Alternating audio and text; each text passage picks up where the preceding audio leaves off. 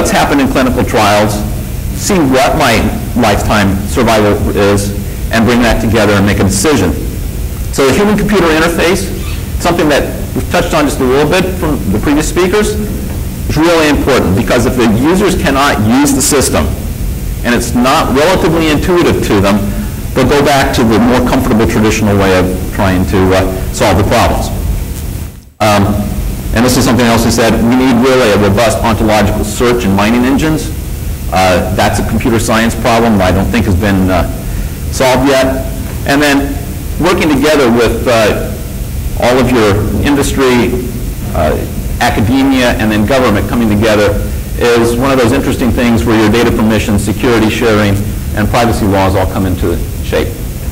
So as I said, biology is now digital. And I'll show you a little bit how quickly it is growing. Computation, many times, at least in our area, isn't really considered until it's actually a crisis. Okay? They're going along, they're designing their experiments, they're doing everything, and then comes back is, I now have all this data, what do I do with it? It no longer fits on these little USB drives that I now have 10 of them sitting around, each one of them 2 terabytes. What do I do with those? You can't do computation that way. There's inherent challenges associated with that, but I say right now one of our biggest challenges is people. Having insufficient computer resources, whether it's IT or storage, can be fixed. It's a money situation and it's a little bit of thinking, but then being able to do the analysis on the back end, as was just discussed, is really, really the important part. User expectation and education, being here at Penn State, seeing the educational value, and again, the posters from last night, is really, really important to bring that together. If we don't educate users and what can be done, and that they're aware of what can be done, then they're not going to expect it and not going to use it. And then we also have to really show the value of the computation in the experiment. Oops. So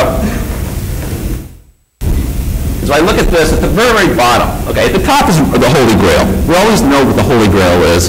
In our case, it's personalized medicine. You walk in and you say, I have whatever it is, and here's a drug specifically for you. It's going to work first time out of the box, and you're going to survive this. It turns into a chronic disease, whatever. At least you survive beyond 5 years. Okay?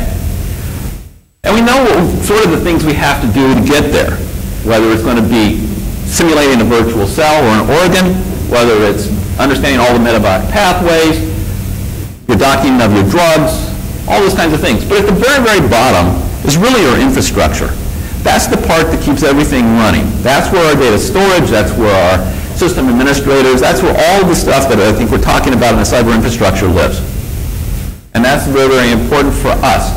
Part of that is user training, support, outreach, and again, I will say, for us to really get there is partly putting the message out so that people understand and we can integrate it a whole lot better.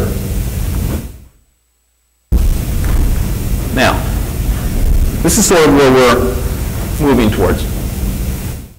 I've heard it a couple of times, and this is always our problem. What we're doing is we're moving very much to a more centralized avenue or infrastructure.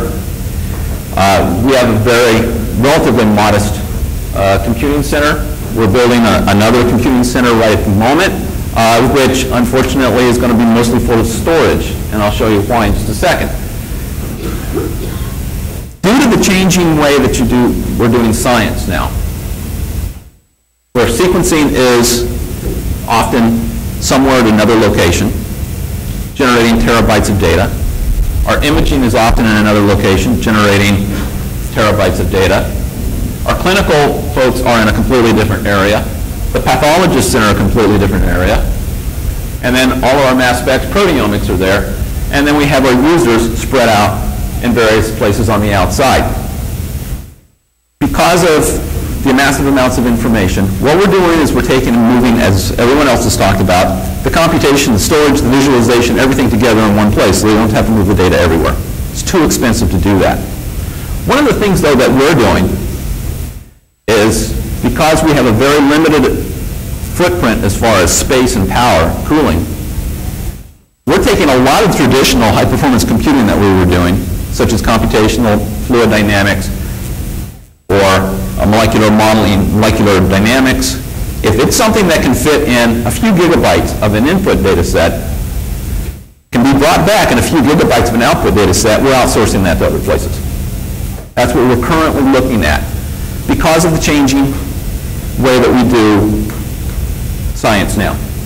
So that internally, the storage is now probably our largest area. It's growing. We're adding a few hundred terabytes per year right now, and the only reason we're not adding more is because we can't change it out fast enough because of the limited footprint that we have. New data center will have multi petabytes of storage. So moving all of this data around is not profitable for us. Doing the things that have to be done locally is what we're looking at. The things that we can do remotely, we're actually working with folks like Pittsburgh, Illinois, other places to be able to go out and actually do the computation at other supercomputing centers. What we have, though, is we have invested in GPU computing. We have about 25 applications that we utilize there, primarily because, one, you get the speed. Secondly, it's a fairly low power footprint type of computational platform. Things that run well on it run really well. And if it doesn't run really well there, some things don't. And if they're high performance, generally found that we can actually move that out to outside computational centers and run there. Okay. Having really smart people helping here is the part in the middle. But then the last mile problem is still a big issue. Getting everything out to the desktop to the investigator who's actually needing to use this data to make a decision based on their next experiment, based on the patient, based on a collaboration that they may have. And if you look, mobile technology is now starting to change. It's becoming part of our infrastructure as well. We have a lot of people saying, I just want to view it on my iPad. Okay? Give me the data on the iPad that I can look at. I know I just generated 15 terabytes of data. I just want the answer that says yes or no, or on a small sheet. It's creating a lot of problems for us, and there's going to have to be a lot of smart thinking on our part in order to overcome this last mile problem. So, personalized medicine is microarrays and genotyping, which we've done for years. Next generation sequencing, which I'll show you a graph of how much that is changing our thinking in the way that we do high-performance computing.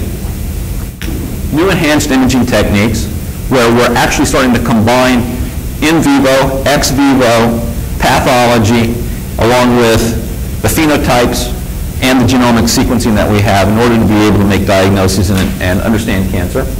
Nanobiomedicine is really changing what we're looking at. Simulation and modeling, as I said, it's still a traditional part. We still have to do that. A lot of that we actually move out. Integrating the massive amount of information, and again, I've seen the walls and visualization. What we're trying to do is we're trying to create fairly small, single-room, 3D immersive type systems in order to have people interact more with their data. Even with sequencing data, having them interact in a way where they can bring multiple data together and have that information in sort of a heads-up type display. Bringing together the teams and trying to make sure that it's very clear to the clinicians. All right, I'm going to go a little bit quicker here. So, all the scientific experiments that can be performed using next generation sequencing, and that's what next gen means here. The one thing we have to understand is this technology. It's not the science. The technology that people are using to do the science is now changing the way that we're looking at it. So, having a couple of sequencers, I don't know whether you guys support sequencers coming in, and you look at the new ones and they're generating data faster, cheaper, and more of it.